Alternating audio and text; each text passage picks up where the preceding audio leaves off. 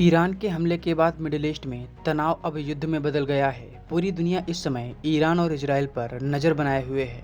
Iran ने Israel पर अब तक का सबसे बड़ा हमला किया है, जिसे रोकने में आयरन डोम भी नाकाम रहा है। क्योंकि इजराइल का आयरन डोम छोटे रॉकेट और छोटी मिसाइलों को रोकने के लिए बनाया गया है। ईरान का ये हमला इतना बड़ा था कि पूरे इजराइल में ईरान की बैलिस्टिक मिसाइलें गिरी हैं। कई मिसाइलें इजराइल की खुफिया एजेंसी मोसाद के हेडक्वार्टर पर भी गिरी हैं, जिससे हेडक्वार्टर को काफ़ी नुकसान पहुंचा है। कहा जा रहा है कि ईरान की कुछ मिसाइलें इजराइल के एयरफोर्स स्टेशन पर भी गिरी हैं, जिससे इजराइल के कुछ F-16 फाइटर जेट ध्वस्त हो गए हैं।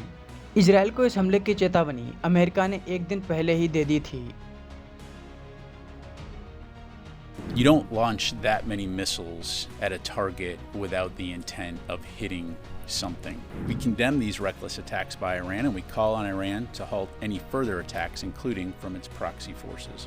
ईरान के इस हमले के बाद इजराइल के पीएम बेंजामिन नेतन्याहू ने ईरान को इसका अंजाम भुगतने की चेतावनी जारी की है और अब संभावना है कि इजराइल ईरान की लार्ज स्केल पर बॉम्बिंग शुरू कर सकता है, जो दुनिया की अर्थव्यवस्था को तबाह करके रख देगा।